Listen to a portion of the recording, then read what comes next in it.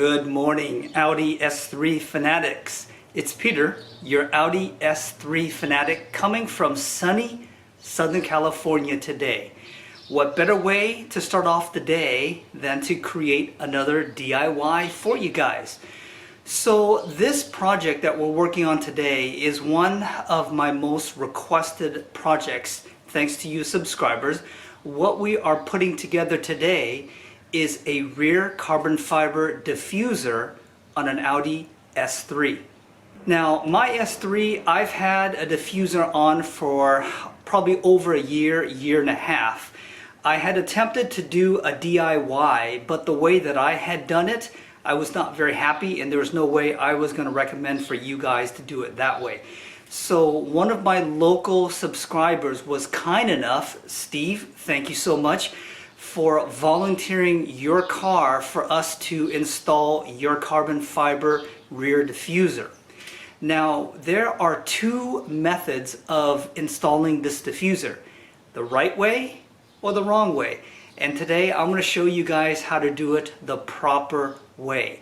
The wrong way to do it, which I originally did, was to leave your bumper on, and then essentially you're going to forcefully pull off your OEM diffuser. Now, some of my subscribers had mentioned to me that that is the route that they had taken, and it came off relatively easy. Honestly, after removing mine, I'm a little surprised on how easy it was for them to do, because there's roughly 10 to 15 different clips that holds the rear diffuser in, and you forcefully have to pull it. You're going to do a couple things when you do that. One, you're going to break some clips, and two, you're going to essentially deform how those clips look so that the new diffuser that you put on is not going to fit right. So the route that I'm going to take today is we're going to have to remove the bumper to get to the clips that holds the rear diffuser in. That definitely is going to be the longer process, but my job is to make sure that you guys know how to do it properly and that you have a seamlessly and air-free way to do it.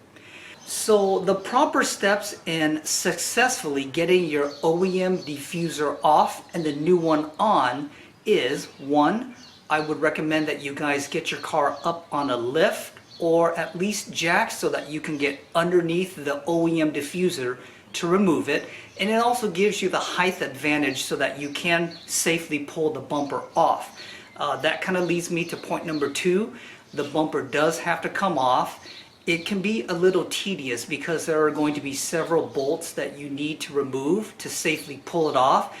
And three, that will allow you access to the rear diffuser clips that will help you pull it off. So that's going to be the three main steps, and of course you're going to go ahead and repeat the process to get that diffuser back on.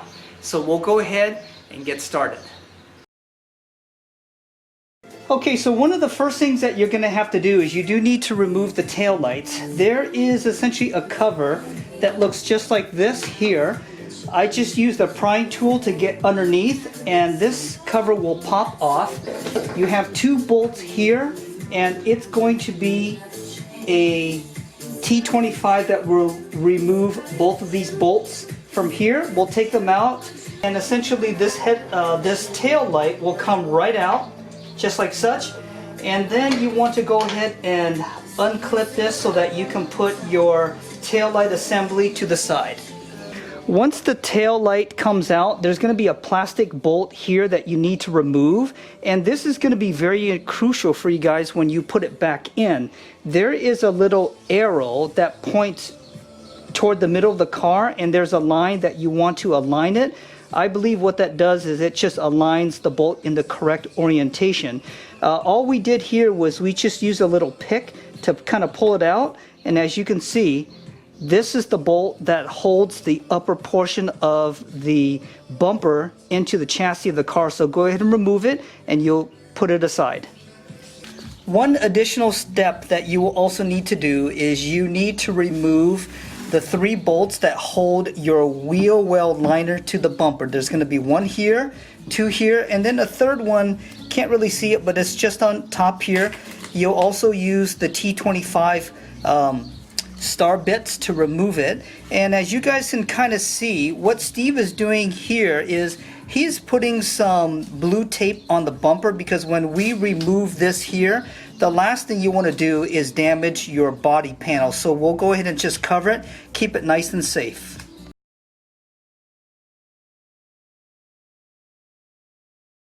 One of the most tedious processes about getting to the bumper are some of the panels that you have to remove. To get to this rear panel here, you have to remove the weather stripping, and the good thing is it just essentially pops right back in. But you'll pull the weather stripping off, you'll put a prying tool underneath here, and it will literally pop off. And there's a total of 1, 2, 3, 4 little clips that hold this in. This allows us to remove this. We will have to end up removing both of the left and right side panels, because what that does is it hides a total of either 4 to 6 bolts behind this trim here that holds the rear bumper to the vehicle. Now, to remove these panels, it's going to be very difficult for you guys to see, but underneath the deck here, there's going to be some rivets that are going to be pulled out, and the panels should come out.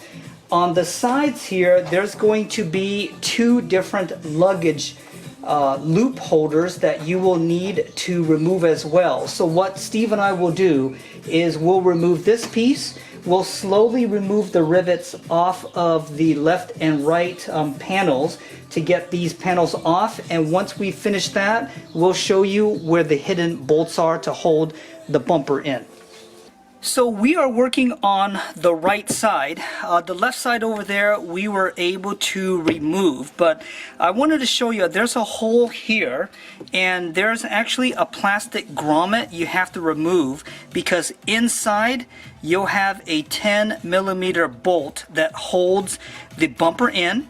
You won't be able to see it here because we haven't removed this side, but on the left side, once you pull this piece off, there is going to be another embedded 10 millimeter behind here that you have to remove. So we'll finish removing the right side panel to access and remove both of these 10mm bolts.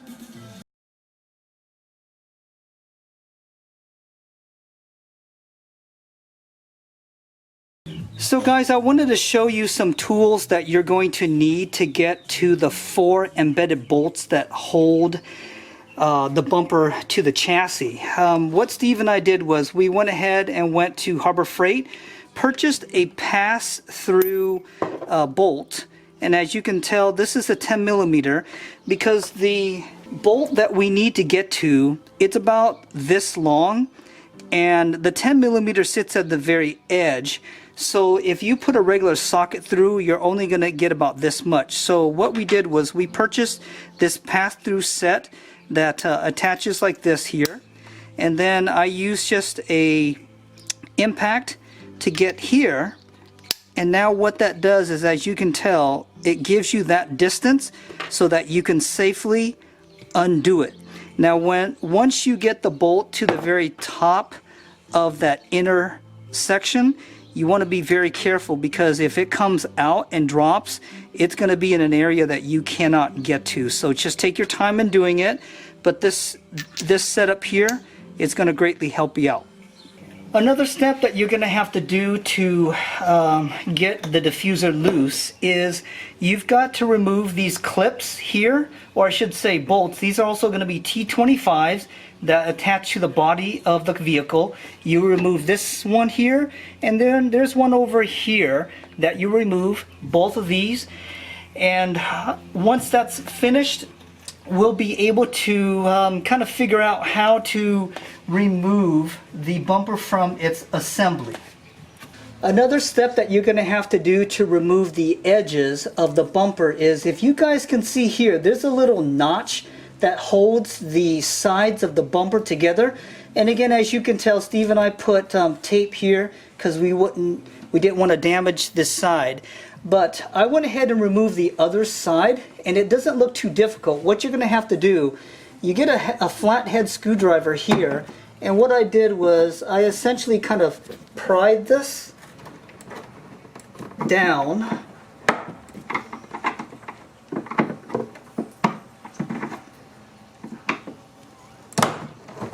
And then, as you can tell, then the bumper moves out. If you can see, there are holes here. The way that Audi has designed it, this little clip, it has kind of like a tooth that comes up that goes in and it locks in. Now we've got the sides removed. Okay guys, so we were able to remove the bumper. It isn't too difficult. The most important thing are the two edges like I had showed you. You need to unclip it, and that will loosen the sides. I highly recommend that you have two people in removing this process. Once you have that completed, you're going to grab the middle of the bumper and essentially pull it off.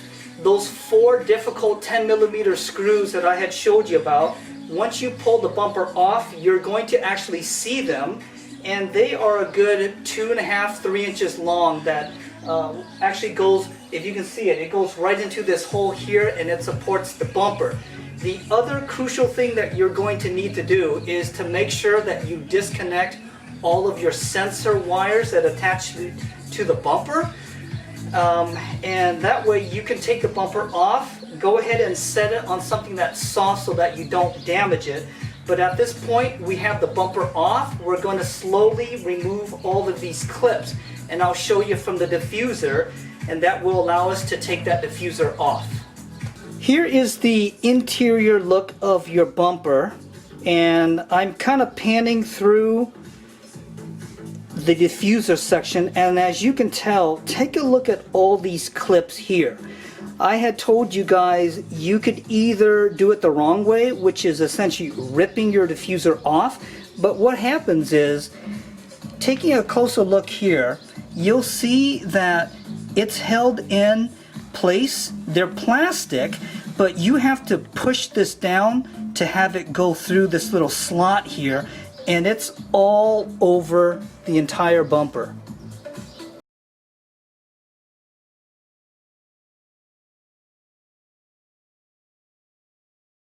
Alright, so we are looking at the interior side of your diffuser, and here's your bumper. I highly recommend that you take two people to do this. Steve is on this side, and what he is doing is he is slowly pulling the diffuser off the bumper, while I actually push this rivet, if you want to call it that, into its slot so that he can actually loosen it. So we'll show you guys how to do it. He's got this side, and all he's doing, he's pulling it. I'm taking a flathead and I'm essentially just pushing or opening this spot here. And as you can tell, that one is out. We're going to move down here a little bit. We'll do the same thing. Go ahead. Perfect. And hopefully you guys can see how it kind of pops out. Now this is definitely the most tedious way to do it, but it ensures you do not ruin these slots at all. So that's how you're going to remove all these clips. And I kid you not, guys, there's like 16 of them. So just take your time in doing this. Okay, so we were successfully able to remove this as safely as possible. Again, I highly recommend that you guys work on this edge, and once you're finished removing all of that, this edge here will connect over to here, so you're able to pull it just like that. But as you can tell, we pulled this off without any issues.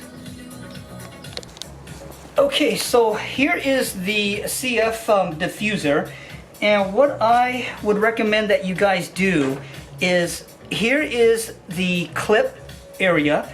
You want to go ahead and slide it in here, and from this part here, you guys can't really see, but this part here will slide into the very bottom of the diffuser, and it looks a little odd because we've got the bumper upside down, but slide it in here first and then work on the very top. Okay, so we were able to get the bumper back on, but I'll give you guys a warning about the lip itself. It's going to be a hit and miss with the lips that you decide to install. Ours, we had to actually use the supplied screws from Emmanuel Design. And that definitely helps secure the carbon fiber diffuser onto the lip, but it's not going to be a perfect fit like your OEM diffuser. So at this point, diffuser is on. We got the bumper. We plugged all the sensors back in, and Steve and I will go ahead and install the 4 10 millimeter screws to get this bumper back in, and we'll go ahead and wrap it up at that point. Okay guys, this is going to be the final outcome.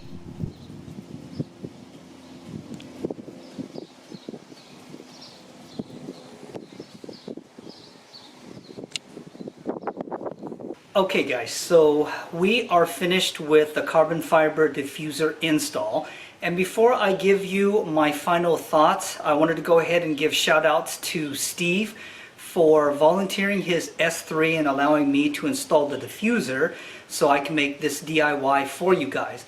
In addition, I did want to go ahead and thank you Emmanuel Design for sharing with me kind of their best business practices on installing the carbon fiber diffuser. Thomas, great guy. I had a chance to briefly talk to him about how to make this a successful install.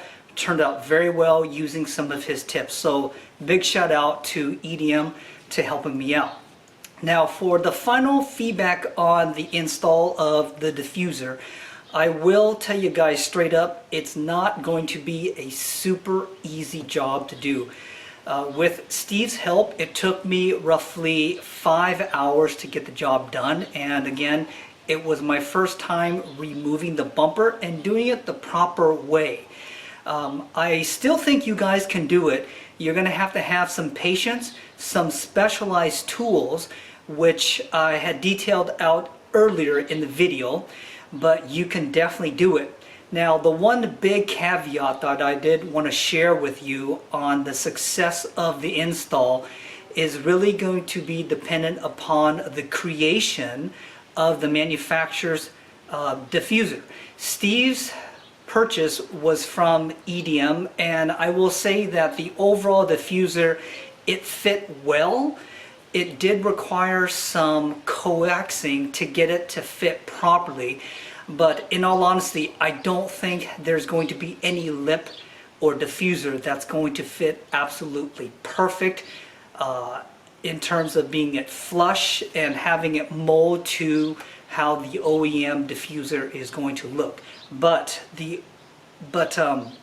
EDM diffuser itself, it fit fairly well. Steve's very happy with how it turned out.